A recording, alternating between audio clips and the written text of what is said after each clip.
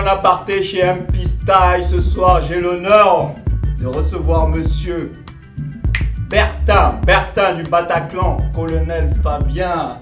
Salut Bertin, ça va? Salut Richard. Oh, ça me fait plaisir de te voir là, monsieur le banquier. La danse, vous voyez que dans la danse, on a des gens qui sont bien placés. Alors, qu'est-ce que tu racontes? Ce que je raconte, c'est que je te remercie de me recevoir ici. Je suis assez surpris de voir le chemin que tu as parcouru parce que à la base, quand j'ai commencé à danser, tu étais aussi mon idole. Au Bataclan, quand j'arrivais au Bataclan. Quelle année? En 82. Wow. J'arrivais au Bataclan, j'étais tout jeune, et je fuyais de chez moi, j'avais 15 ans, j'avais même pas le droit de sortir. Et quand j'arrivais au Bataclan, je savais même pas que j'avais un cousin qui dansait. Mais le style tout de suite m'a frappé. Il y avait toi, Robert et Dominique Lesdema. Ouais. Et je me disais, vraiment, je ne sais pas du tout danser. Je sortais de ma banlieue onusienne, il fallait à tout prix que j'apprenne à danser. Et Armand nous avait trimballé là-bas, le frère d'Emery.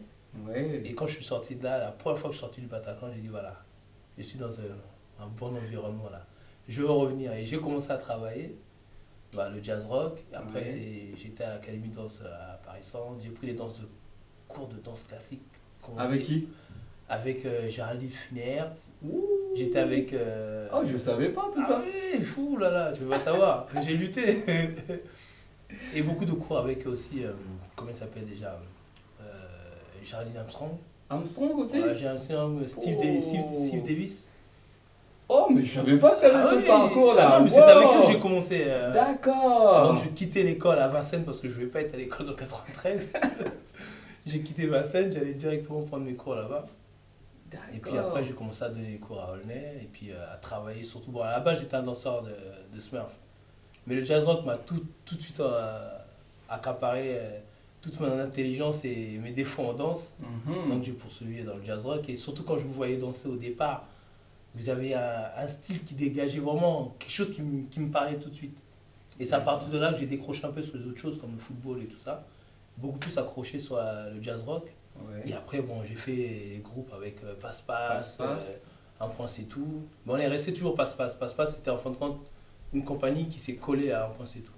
Passe-Passe, Truand, donc Truand, Petit Robert. Au début, il y avait Blaise, il y avait Xavier. Un groupe de 4 filles. Après, elles se sont mariées, donc c'est devenu difficile. Mais on avait une équipe à peu près de 13 danseurs. On avait 2 breakers. Plus Bounty qui venait de temps en temps en renfort. Bounty, ouais. Donc il y avait Emery, Christian, moi, et puis les 4 filles. Et c'était vraiment, on avait vraiment... Et les 4 filles, c'était qui? Alors il y avait Anne-Marie. Anne-Marie. Il y avait Yolène. Il y avait Françoise Benoît qui fait tout ce qui est Zumba. D'accord. Et il y avait une jeune entière, ça m'a je me rappelle plus son nom. Ah, elle va pas être contente. Hein. Elle va pas être contente, mais je suis désolé. C'est parce qu'elle est partie. Non, je te pousse à citer un peu les blazes comme ça. Les gens vont se dire, ah tiens, il y avait aussi des filles. Yolène.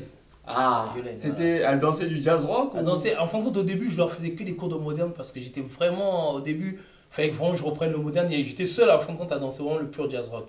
Et au fur et à mesure, j'ai introduit le jazz rock dedans parce que, bon, au début, le jazz rock, c'était quelque chose d'assez brut. Il fallait vraiment l'élargir en termes gestuels et donc on a rajouté en fin de compte un peu de modern jazz. Mais après, quand j'ai vu Nicolas Braver, j'ai dit non, c'est pas encore ça, il faut d'autres influences. Et plus on avance en fin de compte dans le perfectionnement du jazz rock, on se rend compte que les influences africaines sont énormes dedans. Donc le braka dont je te parlais tout à l'heure, aussi bien tout ce qui est rock. Et quand on voit la base du rock and roll, c'est avant, il y a d'abord le blues et après, quand les Noirs ils ont été un peu plus émancipés, ils avaient besoin de plus de joie de vivre, ils ont mis ce qu'on appelle le rock and roll. Et c'est pas le rock and roll qu'on voit aujourd'hui. Hein. Dans la danse du rock and roll pur, on retrouve par exemple 50% des pas de jazz rock. Et quand on rajoute le braka, plus les claquettes. Et quand on revoit la base. Le braka, tu dis bien, le braka qui vient de chez nous, hein, qui vient du Congo et une partie de l'Afrique de l'Est. Ah, d'accord. Que les mineurs en fin de compte faisaient quand ils finissaient de bosser. Ils avaient besoin d'exprimer un peu la vie, la journée, tous les jours. Donc ils se confrontaient comme ça à discuter. Et ils faisaient tout ce qui était braka, donc cette style de danse. En même temps, ils faisaient des dialogues comme le slam. D'accord. Et donc, en fin de compte, tous ces steps que j'ai vus avec Soca Almeri, qui m'a montré des vidéos, mais même des vidéos en noir et blanc, j'étais complètement effaré. C'est la première fois que je voyais que le jazz rock, j'avais rien inventé en fin de compte. c'est une transmission, on dirait, bon... Ancestrale, moi. Ancestrale, voilà. Ah, quand tu aimes la danse, en fin de compte, ton corps va aller chercher, va aller puiser dans ce que tes ancêtres ont fait. Et à partir de là, bah, tu vas juste reproduire, en fin de compte, en donnant un petit peu ta personnalité sur certains pas. Ouais. Mais derrière, tu vas reproduire, en fin de compte, ce que tu as vu ou ce que tu as entendu. Et là, vraiment, j'étais vraiment à plat. Je revoyais tous les petits pas, les sauts. Même, j'ai même vu des pas de Smurf dans le braquage. J'ai dit, c'est pas possible cette danse-là. Et en fin de compte, le braquage a influencé aussi les claquettes parce qu'il faisait des bruitages. Il mettait des bouchons de capsules de bière en dessous et il faisait des bruitages. Et pareil que même le premier esclave qui a dansé une danse un peu plus rythmée qui s'appelle Joba. Joba, voilà. Si. J'ai vu ça. Voilà. Et ce danseur-là, ben, dans ces archives-là, quand tu vois les steps qu'il a, c'est des steps qui se rapprochent beaucoup plus au rock'n'roll, au jazz rock. Et en fin de compte, on croit toujours que la danse c'est quelque chose, c'est une mode, parce qu'ici, souvent en France, on donne l'impression que c'est une mode.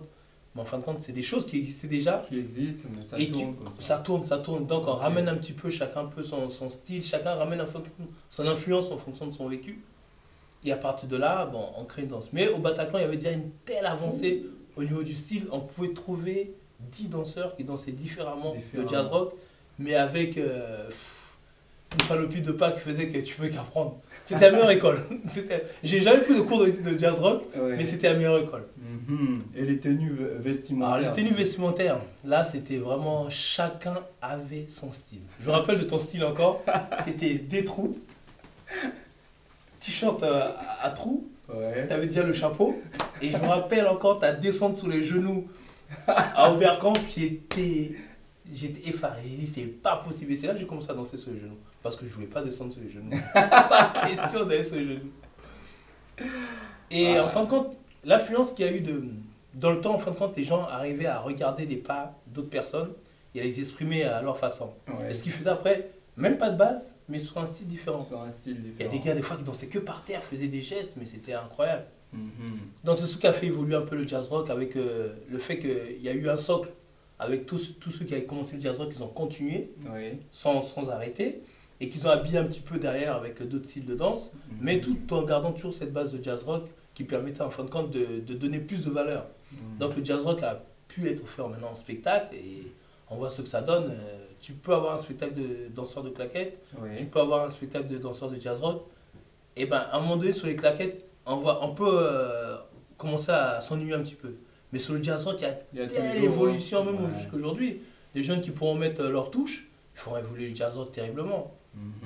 Et qu'est-ce que tu penses, toi, aujourd'hui, de l'évolution de la danse en France? La danse, bon, on va engendrer tout ça, la danse, le hip-hop. En fin de compte, l'évolution de la danse en France a trop été influencée, en fin de compte. Bon, je dirais quelque chose qui est un peu bizarre, parce que la danse, c'est sur la musique. Mais la musique d'aujourd'hui influence trop la danse. C'est plus la danse qui vient influencer la musique. Ça fait qu'on a des danses qui ne sont pas bien définies, parce que la musique n'est plus définie comme avant. Avant, on avait une musique qui était bien représentative. Quand tu dansais sur de la soul, tu allais danser sur de la soul. Aujourd'hui, tu as des musiques qui sont un peu mixées et du coup, la danse aussi a dû mixer. Donc, les jeunes ne se repèrent pas vraiment. Parce que tu vas voir un spectacle de danse.